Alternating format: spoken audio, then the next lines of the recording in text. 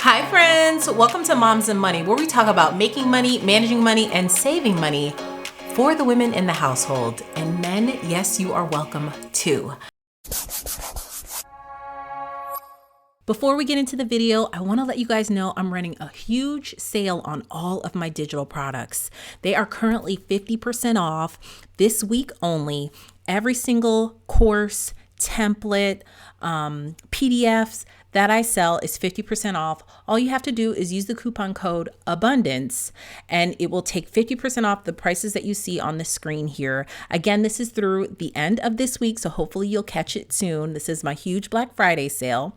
On top of my digital products that I sell, there's also a huge sale on the Roadmap exclusive, which is the updated Roadmap to Riches course. This is a huge sale. This is 30% off. There's no coupon code needed. And if you're looking to invest in yourself, right now is the time. So again, I will leave everything in the description box. First of all, thank you guys so much for joining me today. Today we are talking about very common, terrible financial advice that we hear all the time throughout our life. And I kind of want to shed light on them and explain why, in my opinion, this is horrible advice. First of all, I just want to say that right now, more than anything, our finances is like so commonly talked about amongst at least my friends, on the news, social media. Everybody's talking about money because it's crazy. The cost of living is incredibly expensive right now. The election, that was one of the major topics during the election. And I just feel like everybody has an opinion right now when it comes to the economy and our finances. And at the end of the day, I just want to say that God is in control. I'm a Christian, so I speak from a Christian perspective. And we always have to remember that God is in control. He is the savior of our lives. And so I don't put my trust in any candidate or in any economy, because I know the way my faith is set up, that God is going to take care of me. And I just pray and encourage that you have that sort of faith as well too, to know that God is going to take care of you. Okay. But these are some of the, like I said, the terrible financial advice that I see online quite a bit. And then I hear people talk about just very commonly. Number one, become an entrepreneur, be a girl boss, be your own boss. Passive income is key. Now, I'm not saying that there's something wrong with being an entrepreneur. I'm an entrepreneur. Okay. A passive income is definitely a beautiful thing. But it's not really passive. And a lot of people like to paint a picture of entrepreneurship as just this glorious thing that it's all rainbows and unicorns, when in reality, it's honestly not for everybody. And I'll be the first to tell you that. It's not for everybody. It's a lot of hard work. Not that working in corporate America or having a job isn't hard work. It is. It's just a different type of hard work. And at the end of the day, does it fit everybody's personality and everybody's, type of lifestyle that they want to live? Not necessarily. And that's okay. There is nothing wrong with going to college. There is nothing wrong with working in corporate America. There is nothing wrong with working blue collar jobs or learning a trade and working in that industry. There's nothing wrong with that. And too many people shed a light or just focus on be an entrepreneur, where, hey, you know what? That isn't for everybody and it's okay. Is it a viable option for a lot of people? Absolutely. Is it a way for you to make extra income? Sure. But you don't have your whole career doesn't have to be based on entrepreneurship. It's okay to have multiple avenues. And as a matter of fact, I feel like at this point and the way this economy is set up, we do need to have multiple streams of income. Multiple streams of income is the way to go. And it's okay if having a corporate job is one of those streams of income. There's absolutely nothing wrong with that. And I don't feel like people talk about that enough. It's okay if you don't have a passive income stream, but if you want one, I will leave some links in the description box as to how you can go about getting a passive income stream or becoming an entrepreneur. Number two, and I hear this a lot on social media. Oh, I just need a little retail therapy. Oh, I need some retail therapy. This is my retail therapy. I think it's a dangerous phrase to say that you need retail therapy. You wouldn't support an alcoholic to say, you know what? I'm getting a drink to help me feel better. No, you wouldn't support that. Well, it's the same thing when it comes to retail therapy. Like, maybe it's not as extreme, but at the same time, if you don't have a healthy relationship with money, you don't need to rely on going shopping to make you feel better about whatever's going on in your life, instead of like getting down to the root cause and the root problem that's in your life. Retail therapy is something that gets people in a lot of trouble, financial trouble, I should say. Credit card debt, it's the biggest thing. Personal loans, with credit cards being the number one on there. Retail therapy, or just buying stuff to kind of numb any kind of pain, is what is causing a lot of Americans, especially in America, to be in such huge amounts of credit card debt.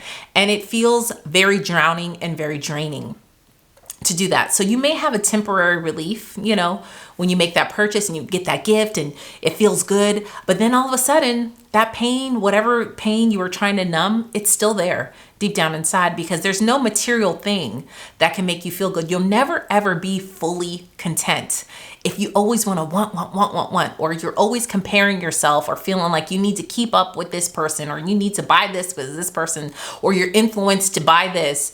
You will constantly be on a hamster wheel of trying to catch up, and just the debt just getting worse and worse and worse and worse. And even if you can afford the things that you're buying, engaging in retail therapy isn't the way to go. It really isn't. Having planned purchases, especially big purchases, you want to plan those. You want to, and I'm not saying there's no room for spontaneity when you have a budget, but at the end of the day, you need to have a budget in order to plan those shopping trips so that they're planned and you're buying stuff that you actually need and that you actually want. There's nothing wrong with going shopping and looking at things, and I think that that's fun. I do that all the time on my other channel, but at the end of the day, you don't need to engage in shopping or buying things that you do not need in order to numb some sort of pain. Number 3. All debt is bad debt. Now, I used to agree with that back in my heavy Dave Ramsey phase, which was the beginning of our journey. As my husband and I, we paid off $60,000 worth of debt very early on in our marriage, well over 15 years ago now. Well, not 15, well over 10 years ago now. I used to feel that way. But now that I'm older and I see what happens if you drain your cash supply to like buy a house, or you drain your cash to buy a car, it can be very debilitating, especially in this sort of economy. Would I suggest someone go out and buy a house for cash and just save up the money to buy a house for cash? First of all, it's not practical now with the rising cost of homes here in America. It's not practical, and it's honestly not safe to put all of your cash in a home right now when the prices are just so outrageous. And so, of course, do I suggest you having a down payment? Of course, I suggest that. Do I suggest you still getting a 15-year mortgage? Of course, I suggest that. But to spend all of your cash that you have on a house or a car is just not practical in today's economy, and I just don't agree with that. I would suggest, if you have to get a car, of course, buying a car cash is great. But if you have to get a car where you need a car to get around, you need a car for your job, of course, you want to buy an affordable car, but still put a significant down payment down, and then make sure it's a payment that you can easily and comfortably afford, even if you lose your job. Okay, that's how I look at that. So at the end of the day, having that emergency fund for true emergencies is key, above, spending $300,000 cash on a house. Like nowadays, you can't even find a house that's $300,000, to be honest. It's crazy, and it's really sad. And I might do a separate video on that, all about like how to buy a home. I've done several videos about how to clean up your credit, but like just about the housing market and where it is right now. Do I still suggest home ownership? Absolutely. I know there's a big move right now to, especially younger people, to just not even ever buy a home, just to rent forever. And I do believe in home ownership, and I do believe that owning a home does create long-term wealth in the long term. But it is what it is. We could do a separate video for that. But all I'm saying is not all debt is bad. And so again, that goes to healing your relationship with money. Back to what I talked about in the previous one. You have to have a healthy relationship with money in order to see the goodness in debt. Some debt. Now, credit card debt, that's something else. We'll talk about that later. But, if you found yourself in some sort of medical debt, or if you found yourself, of course, if you have a mortgage, or if you have a car note because you just could not afford to buy a car cash, especially since COVID, don't look so down on yourself, you know, and that's a problem that I had with Dave Ramsey for so long, was that he would, you know, kind of make you feel bad if you had to have those things. And I'm here to tell you, it's okay if you have to have those things. As long as you're on top of it and you're really managing your money and you're really managing your budget and you're saving, you're paying this stuff off, you're paying these things off rapidly, then that's okay. Number 4. Oh, all you have to do is spend a little and save a little. I think that that's kind of dangerous when you don't have an exact plan for your money. And that really comes down to budgeting and how important budgeting is, in my opinion, to financial wealth, long-term financial wealth, to savings, and so on and so forth. Having a budget is key. And I feel like a lot of people feel like they can't make a budget work because of the fear that's imposed upon people who feel like they're drowning or feel like they can't pay their bills. They just don't want to face it because it's hurtful and shameful. And I just want to remove that shame around creating a budget or around facing your debt or facing your financial situation, because at the end of the day, when you can face it, that's one of the big hurdles that you need to overcome. Is just facing it and not like beating yourself up or talking negatively to yourself. That all ties into healing your relationship with money. When you're comfortable setting a budget, setting boundaries with yourself about how you're going to spend your money, setting boundaries and saying, listen, I'm going to take the time to dig into my finances. I'm going to take the time to create my budget that works for me. That is having a healthy relationship with money. So the whole like, oh, just spend a little, save a little. No, because you don't know where your money's going. You don't know how much you're spending. You don't know how much you're saving. You know, have a plan for yourself so that you can prepare for the future. Okay, and I feel like, you know, biblically, that's really what we need to do. We need to plan for ourselves. You know, God gave us the power and the ingenuity to create a budget and to stick to it. Then you need to walk in that. You know, God wants us to have all of our dreams to be true, but we cannot just expect for things to fall out of the sky. It's the sky. The Bible says faith without works is dead. So put that work in.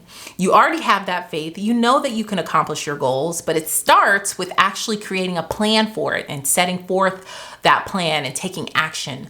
So you definitely want to have a budget.